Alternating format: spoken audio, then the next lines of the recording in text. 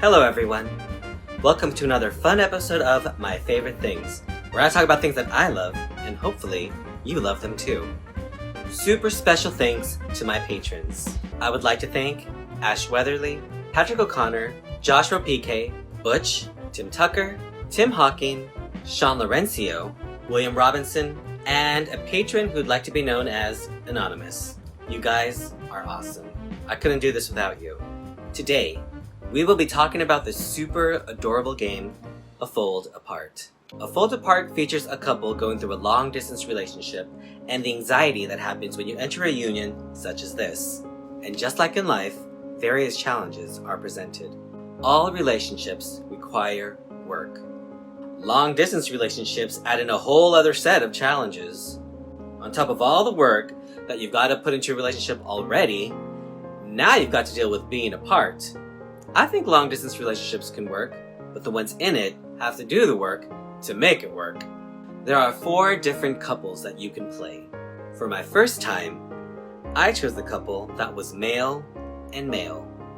Mr. Blue has accepted a job offer in the city, leaving Mr. Orange behind in the small town that they both used to live in. Throughout the game, the men text each other and end up getting triggered by certain words.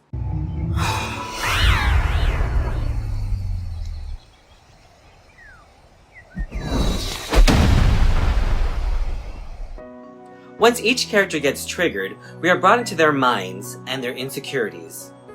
As each individual goes through their thought process, they are confronted by various puzzles that can be solved by folding the pages of the screen. As the game goes on, more abilities are added to the puzzle-solving process. One thing I immediately noticed about these characters is that what they text to each other is not necessarily how they're feeling. For me, I never thought that texting was a good form of communication. So much can be lost in the transfer of information when you communicate this way. But also, so much is said in what is not said.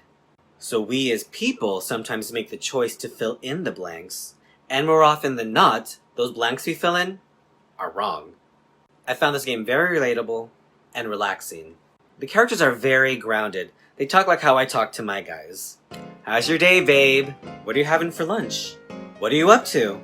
Just watching TV. Just reading a book. When in reality, what's in my head is, am I good enough for you? Why are you over there and not with me? Are you ignoring me on purpose? We as people have very little control over our feelings.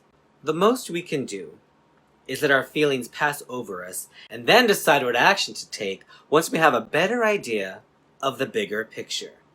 And a lot of the puzzles in this game work out like that. At least in my mind. The only way to solve most of these puzzles is to step back, breathe, and get a whole view of the bigger picture. The game is very pretty. Graphics are top-notch for the style that they're going for, and the story is romantic and engaging. The choice of various different types of pairings is a huge enhancement over other similar games, making it such a fun experience if you want to go back and play the game all over again. As I did. 4 times. As somebody with anxiety, I found that the more I replayed the game, the more relaxing it became. The more I replayed the game, the more relaxing it became. Some games really need to be replayed. This is one of them.